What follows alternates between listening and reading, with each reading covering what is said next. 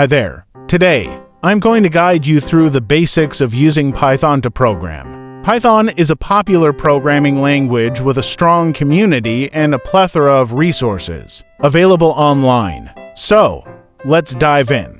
1. Choose a platform. The first step is to choose a platform for your Python journey. There are two popular choices, Windows and macOS.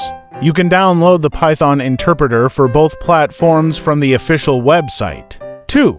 Install Python. Once you've chosen your platform, you'll need to install the Python interpreter. To do this, go to your platform's Python website, download the installer, and follow the instructions. 3. Create a new project. Next, you'll need to create a new project. This can be done through the command line or by using a graphical user interface tool. There are numerous Python projects available online to get you started, such as the Scratch project for children or the NumPy and SciPy libraries for mathematics. 4. Write your first code. Once you're comfortable with the platform and its tools, you can start writing your first code. Start with simple programs like loops or conditional statements, and gradually move on to more complex tasks. 5.